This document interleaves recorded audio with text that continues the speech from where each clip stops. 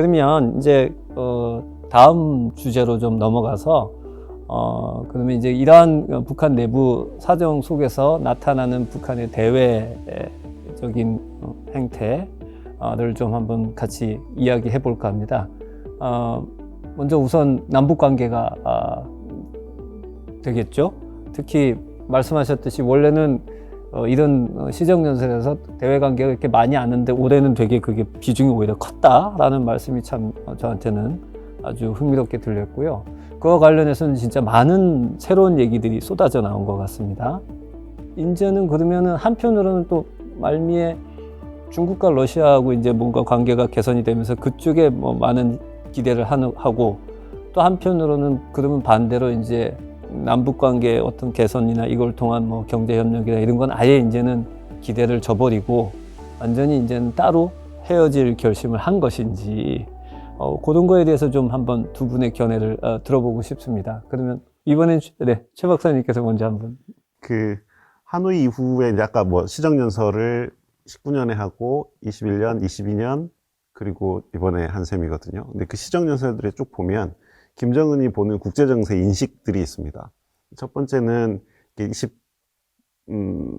21년 시정연설에서는 국제정세가 신냉전으로 변화했다라고 이야기를 하고 22년에 우크라이나 전쟁이 나니까 국제정세가 다극세계로 변화하고 있다라고 이야기를 하고 작년 초에는 두 가지 이야기를 한꺼번에 합니다. 신냉전으로 변화했고 다극체제로 변하고 있다. 이거는 이제 김정은의 대외 인식이긴 한데, 그러니까 미중 전략 경쟁이 있고 우크라이나 전쟁으로 미국하고 러시아 사이가 나빠지면 그럼 나는 중국하고 러시아하고 잘 지내면 미국이나 국제사회의 제재라든가 압력을 내가 충분히 견뎌낼 수 있겠구나라고 판단하는 것 같고요. 그래서 그 시정연설이나 전원의 보도 뒷부분에 가면은 이제 그런 변화되는 국제정세에 적극적으로 편승하겠다를 넘어서 주동적으로 내가 그런 환경을 만들어 보겠다라고까지 이야기를 하거든요. 그런 의미에서는 그런 것에 대한 어떤 그 자신감 같은 것들이 있고, 첫 번째는. 그리고 두 번째는, 김정은은 여전히 그 하노이 트라우마에서 벗어나지 못하고 있는 것 같아요. 그동안은 핵 문제는 미국하고 문제이기 때문에 남한하고 이야기하지 않겠다 였었는데, 4.27 판문점 선언에서 목표로서 완전한 비핵화 이야기를 하고, 9.19 평양선언에서는 영변 D를 이야기를 했단 말이에요. 구체적인 교환 조건을 이야기를 했고, 그걸 가지고 하노이 가서 협상을 했는데, 결국 하노이가 노딜이 됐지 않습니까? 그러고 나서는 이제 남한 정부의 대미 종속성이라는 게 결국에는 진보 보수를 가리지 않고 이게 구조적인 거구나라고 판단한 것 같고, 저는 그 배경에는 김정은의 하노이 트라우마가 있다고 생각합니다. 그거에 대한 서운함, 그리고 그거에 대한 본인이 뭐 화가 나 있다라는 걸 표현하기 위한 수위가 하노이 이후에 점점 높아져서 지금 여기까지 온 것 같아요. 그러니까 지금 상황이 과거와 다른 것은 남북 관계가 예전에도 뭐 남한을 전체적으로 공격하겠다, 유명한 서울 불바다 발언부터 시작해서 그런 것들이 있었지만 항상 대화의 여지를 남겨뒀습니다. 남한이 우리를 공격한다면 공격하겠다. 그렇지만 대화로 나온다면 대화하겠다라고 이야기를 하는데, 지금은 최고 지도부가 나서서 대화의 여지를 없애버린 굉장히 공세적인 이야기를 하고 있어서 과거보다는 훨씬 상황이 좀 어렵게 변했다라는 거고요. 그게 이제 본인이 얼마나 그 하노이 트라우마에서 못 벗어나고 있냐라는 거는 자기 선대 수령들, 아버지와 할아버지가 했던 것들까지 다 부인해 가면서 선대 수령들의 선대의 잘못이 있었다라고 이야기를 하고 3대 통일 기념탑 또 부셔버리겠다라고 이야기를 하고 있기 때문에, 그리고 이제 이것을 북한 구조상 되돌리려면은 이제 실무 단위는 조직 자체도 다 축소하고 개편하고 해버렸기 때문에 실무 단위에서 총비서님 이거 아닙니다, 이렇게 가는 게 좋겠습니다라고 일할 수 있는 여지가 완전히 없어져 버린 셈이거든요. 그렇게 되면 지금 그 어떤 남북관계의 경색이라든가 이런 거는 앞으로 한동안 좀 장기화될 우려가 훨씬 큰 상황이 됐다라고 보입니다. 그 실무단계 조직 얘기하신 거는 우리의 통일부에 해당하는 뭐 통일전선부를 아예 없앴다는 뭐 그런. 통일전선부, 뭐 조국통일위원회, 네. 그리고 민족경제협력위원회 뭐 이런 것들이 지금 다 폐지되고 있는 것 같습니다. 네. 장 박사님은 또 어떻게? 굉장히 이제 중요한 말씀들을 해주셨는데요. 말씀하신 게 이제 헤어질 결심했느냐. 같이 인접해 있는 국가가 헤어질 수가 있겠습니까? 관계가 악화될 수는 있지만 헤어질 수는 없는 거고, 앞에 최 박사님 말씀하셨듯이 나름의 국제정세든 핵무기 보유든 어떤 군사적 측면에서 가지고 있는 우위감, 뭐 이런 걸 가지고 이제 자신감을 보이는 것일 수도 있지만 이게 헤어질 상황인지 아닌지, 헤어질 수 있는지 없는지, 그리고 이것 또한 또 앞으로 정세가 바뀔 수 있기 때문에 특히 북한 내부의 정치 상황이라든가 이런 것 바뀔 수 있다는 걸 염두에 두면 뭐 헤어질 결심을 했는지 모르지만 헤어질 수는 없을 것 같다 싶은 생각을 하면서 이제 좀 보게 되면 남북 관계에 대해서는 굉장히 우리 남쪽에 대한 굉장히 적대감이 큰 것 같아요. 뭐냐면 사실은 뭐 자기들도 미국이 틈만 나면 정권 종말 얘기하면서 굉장히 엄중한 안보 위협을 제기하고 있다라고 미국에 대해서 얘기를 하면서 강대강 대응까지 얘기하면서도 남쪽에 대해서는 한 단계 더 높게 이제 불변의 주적이자 제1의 적대 국가라고까지 얘기를 한단 말이에요. 그러면서 적개심을 고취해야 한다라고 얘기를 하는데 이런 게 이제 비유적으로 말씀드리면 어떻게 보면 미국에 빤 맞고 하노이 회담 말씀하셨지만 하노이가 김정은 입장에서는 아마 살아오면서 처음으로 그렇게 수치를 당하고 어떤 패배감을 느꼈던 이벤트가 아닌가 싶은 생각이 드는데요. 어릴 때부터 쭉 보더라도 그런 정도의 마음의 상처가 굉장히 클 것 같은데 그때 이후에 이제 시정연설에 나왔던 게 남쪽 보고 중재자 이런 얘기 하지 말으라고 얘기했던 게 있는데 그 연장선에서 보면 결국 미국의 뺨을 맞고 화풀이를 우리한테 하는 측면도 있지 않겠는가. 물론 이제 서로 국경을 접하고 있다 보니까, 경계를 접하고 있다 보니까, 남쪽에, 뭐 직접적으로 남쪽의 군사적 위협이 가장 큰 위협일 수도 있지만, 연합훈련도 그렇고 남쪽에서 다 이루어지니까. 전체적으로 그 메시지를 보면, 앞에서 이제 대내적으로 경제 구상을 할 때, 10년 단위, 그 이상까지 내다보면서 또, 당 전원의 핵심 의제 중에 두 번째 의제가 학생들에 대한 지원 문제였습니다. 후대에 대한 얘기죠. 이런 것들을 보게 되면 일단, 김정은의 입장에서 나 그냥 조용히 좀 살고 싶으니까 건드리지 말아주세요라는 이런 의미에서 굉장히 수세적인 측면도 있고 물론 체제 경쟁에서 사실은 자기들이 따라올 수 없는 상황이 되기 때문에 발생할 수도 있는 문제지만 이런 측면들과 함께 대외적으로 보면 간섭하지 마세요라는 뭐 제재 포함해가지고 모든 것들이 다 해당될 수 있겠지만 이런 맥락들이 굉장히 크지 않나 싶은 생각이 듭니다. 네, 그래서 저희한테 이제 가장 당면한 질문 내지는 이제 문제는 이러한 북한의 굉장히 대외적인 메시지 내지는 이런 행동들이 과연 실질적인 그런 행동으로 어떻게 이어질 것인지, 뭐 옛날에도 서울 불바다론 뭐 항상 뭐 그런 얘기들이 있었지만 이번에도 보면 뭐 핵 무력을 사용하는데도 주저하지 않겠다. 뭐 영토에 0.001mm라도 뭐 침범하는 일이 있다면 우리는 과감히 거기에 맞서서 싸우겠다는 그 굉장히 공세적인 발언들을 쏟아냈는데 전면적인 군사 충돌은 저도 그렇게 쉽게 일어나리라고는 생각지 않지만 혹시라도 제한적이라든지 아니면 우발적인 그런 충돌의 우려에 대해서는 어떻게 생각하시는지 거기에 대해서 그리고 거기에 대해서 우리가 조심해야 될 것이 무엇인지 한번 말씀을 해주시면 감사하겠습니다. 일단 북한이 2022년 9월 달에 핵무력 정책법이라는 걸 만들었습니다. 그래서 굉장히 공세적인 핵 독트린을 발표를 하고 그 다음에 9월 달에 헌법을 개정해서 이제 핵무력 고도화하겠다라는 것도 집어넣고 했습니다.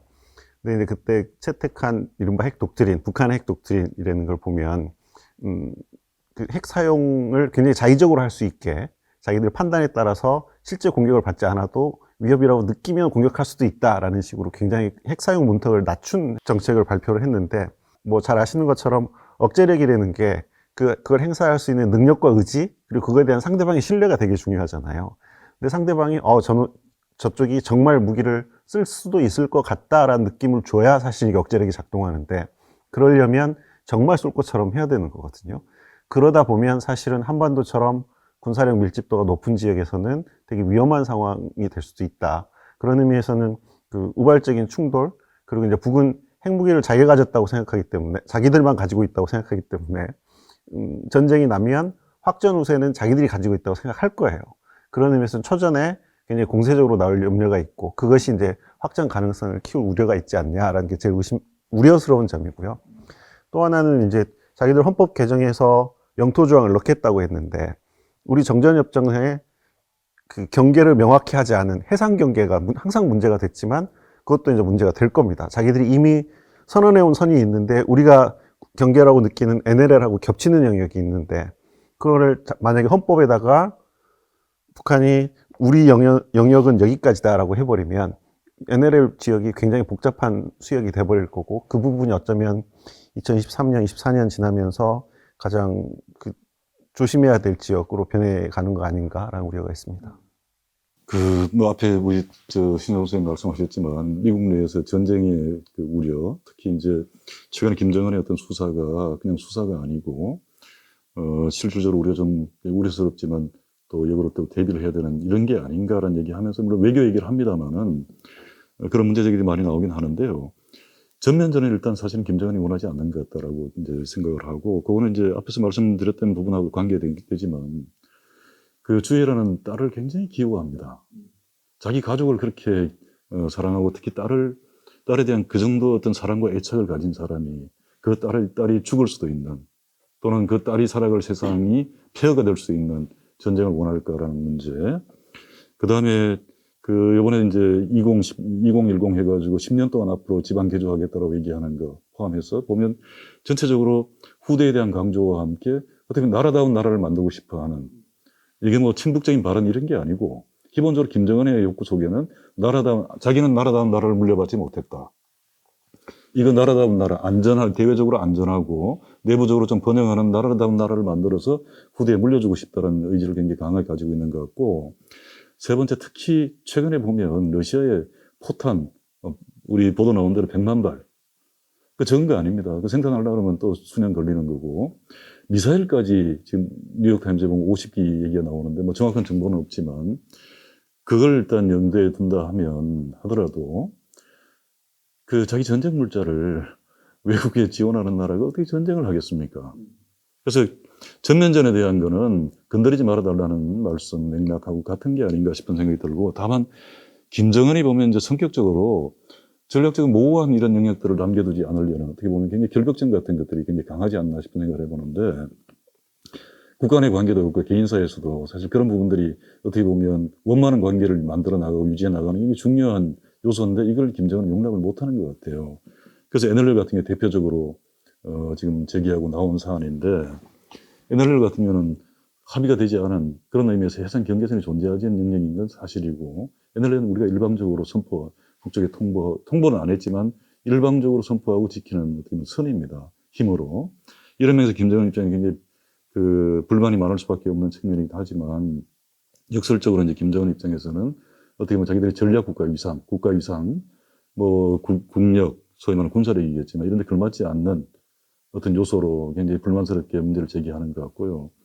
그런 의미에서 그냥 쉽게 보면 NLL 쪽에서는 굉장한 국제적인 충돌, 도발, 제2의 연평도 포격 같은 상황들도 사실은 걱정이 많이 됩니다. 이런 점에서 대비가 굉장히 필요한 건 사실인데, 서해가 우선적으로 눈에 들어오긴 하지만 전체 군사분계선 지역 또는 다른 동해 쪽 수역까지 해서 원래 대단히 좀 중요하게, 엄중하게 보고 대응을 해야 될 측면들이 있지 않나 싶은 생각을 합니다. 네. 지금 남북 관계는 양측 정부가 지금 굉장히 강대강의 이제 모습을 견지하고 있고, 이것이 또 어떻게 보면 한 차원 위에서 보면은 미중 경쟁이라는 큰 구조 속에서 또 이게 또 영향을 받아서 더욱더 이게 악화되는 그런 모습도 있는 것 같습니다. 근데 그와 관련해서 아까도 두 분께서 몇 번 언급을 하셨지만, 트럼프 정부에서는 미국과 북한이 급속히 관계 개선 모습을 보이는 극적인 여러 가지 모습이 연출됐는데, 물론 아직 트럼프 대통령이 과연 재선이 될지 상당한 미지수인데 현재로서는 유력한 공화당 후보가 될 가능성이 크기 때문에 어떻게 보십니까? 트럼프 대통령이 만약 재선이 된다. 또 돼서 만약 트럼프 대통령이 보면 좀 다시 한번 과거 하노이 때는 물론 그런 좀 서로 간에 굉장히 아픈 경험이 있지만 다시 한번 이걸 우리 한번 이야기를 해보자, 이럴 가능성도 또 일각에서는 제기됩니다. 그랬을 경우 북한 김정은 위원장은 어떻게 대응할 것입니까? 앞으로 북미 관계 전망을 어떻게 보실지 한번 또 좀 말씀해 주시면 감사하겠습니다.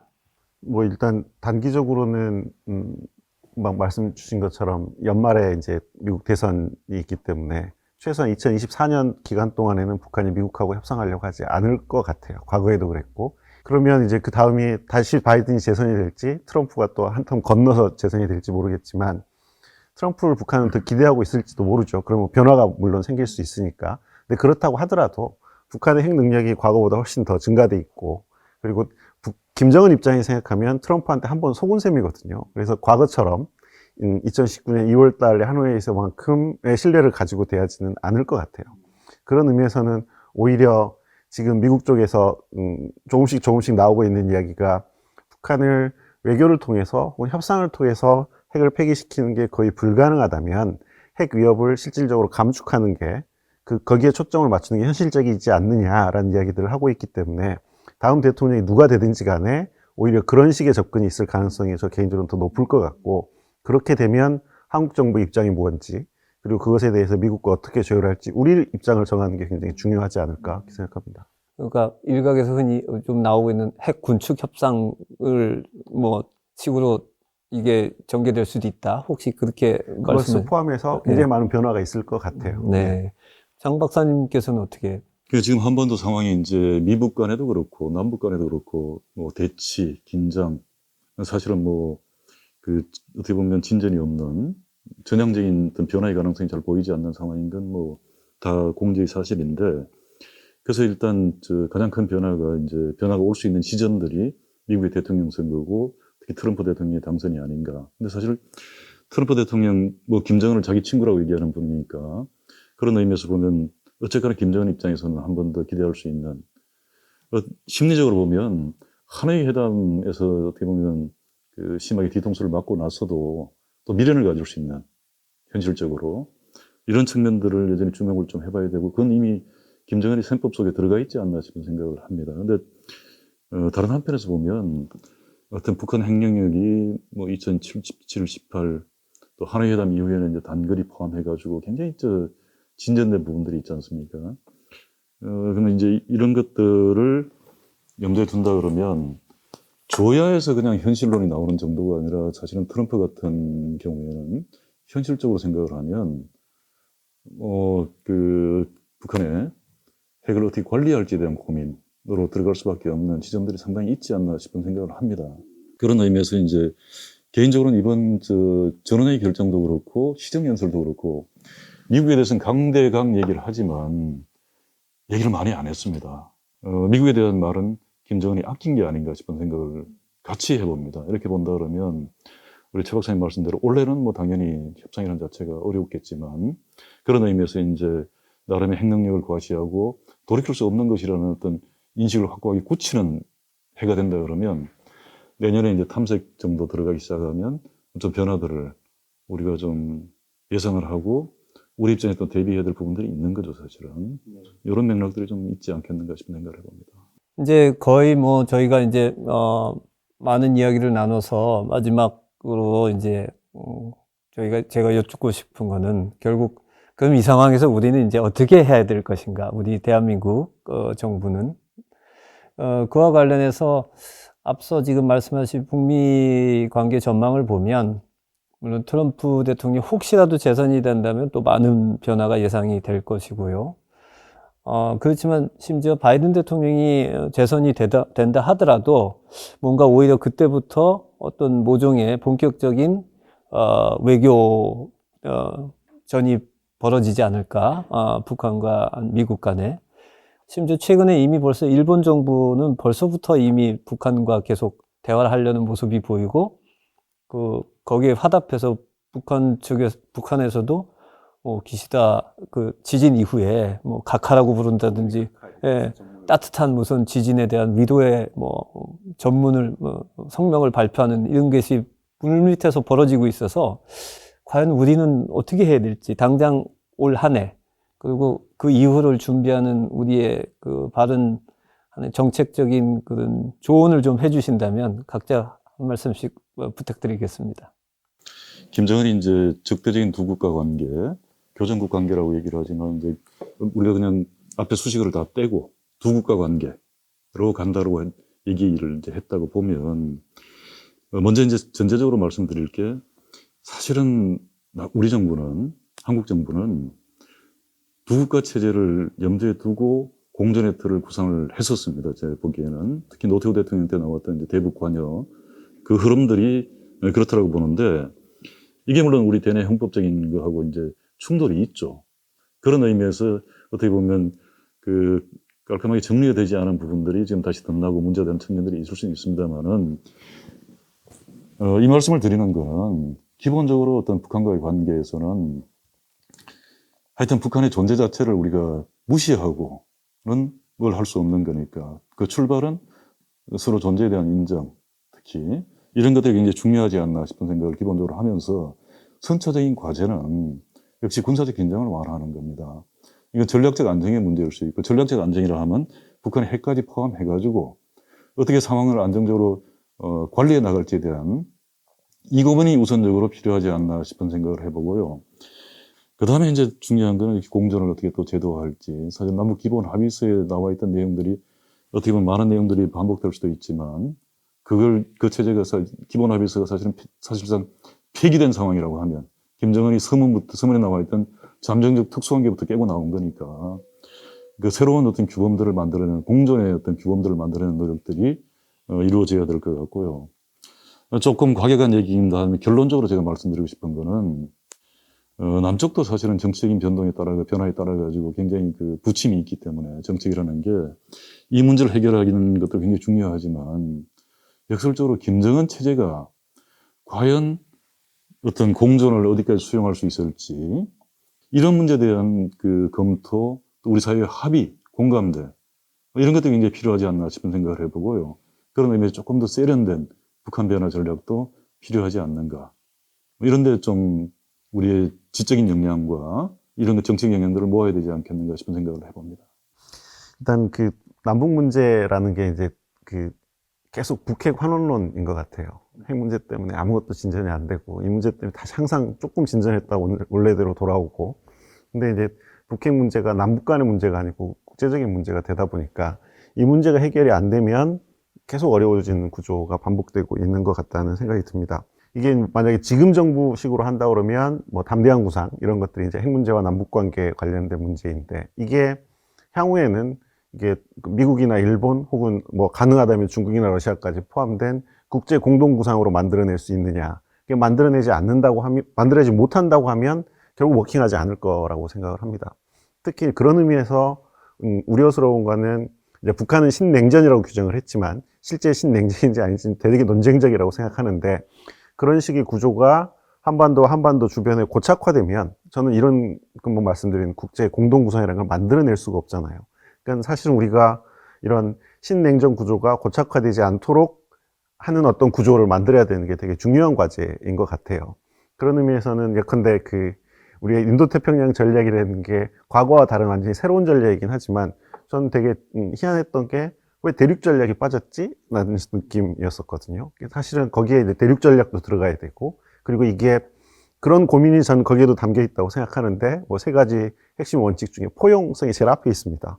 어떤 국가를 적대시하거나 혹은 배제하려고 하는 계획이 아니다라는 이야기 앞에 놓거든요. 그건 한국의 어쩔 수 없는 고민인데, 저는 그게 실제 전략이 그렇게 돼야 되는 것 같아요. 그래야 어떤 신냉전 구조가 고착화되지 않을 거고, 그래서 최소한 한반도의 안정과 비핵화라는 게 이 동아시아 지역 차원에서 공동 의제화 될 수 있어야, 사실은 중국도 러시아도 거기에 찬성을 해야 그 다음 이야기를 할 수 있을 것 같거든요. 거기에서 시작을 해야 어떤 모두가 주변국이 공감하는 한반도 평화체제와 관련된 훨씬 견고한 공동구상이 만들어질 수 있을 거고, 그런 것들이 굴러가는 속에서만 사실은 어쩌면 남북관계도 과거보다 훨씬 더 발전된, 지금보다는 좀 더 나은 방식으로 진행이 될 수 있지 않을까 이렇게 생각합니다. 네. 감사합니다. 두 분 말씀을 들으면서 마지막에 이제 남북관계 우리가 어떻게 할 것인가 관련해서 아까 모두의 말씀하셨던 것 한마디가 뇌리에 남습니다. 암만 북한이 헤어질 결심을 해도 어차피 헤어질 수가 없다, 우리는. 뭐 마찬가지죠. 우리가 한다고 헤어질 수도 없고, 왜냐면 어차피 한반도 안에서 우린 같이 살 수밖에 없기 때문에. 그게 현실이라면 이 속에서 어떻게든 공존, 그것이 적대적 공존이 아닌 평화적 공존, 그리고 그것이 궁극적으로는 남북이 이제 하나가 될 수 있는 그 방향을 어떻게 모색할 것인가, 그거를 진짜 굉장히 진지하고 심각하게 좀 국민적 차원에서 함께 고민을 해야 된다는 말씀이 굉장히 귀에 남고, 또 그거를 위해서는 남북간 차원에서뿐만이 아니고 국제적인 또 합의 내지는 국제적인 한반도를 둘러싼 특히 주변 사강을 포함한 나라들의 공동 구상이 또 함께 가야 된다는 말씀도 굉장히 중요한 말씀 같습니다. 오늘 두 분 너무 좋은 말씀 감사드리고요. 그 어느 때보다 남북한 정세도 그렇고 한반도 주변 정세도 심상치 않고 여러 가지 변화가 예상이 됩니다.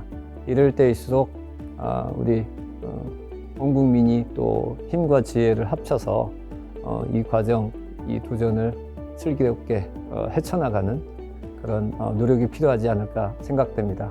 근데 지금까지 오늘 북한 관련해서 귀한 말씀 주신 두 분 박사님께 다시 한번 감사의 말씀을 드립니다.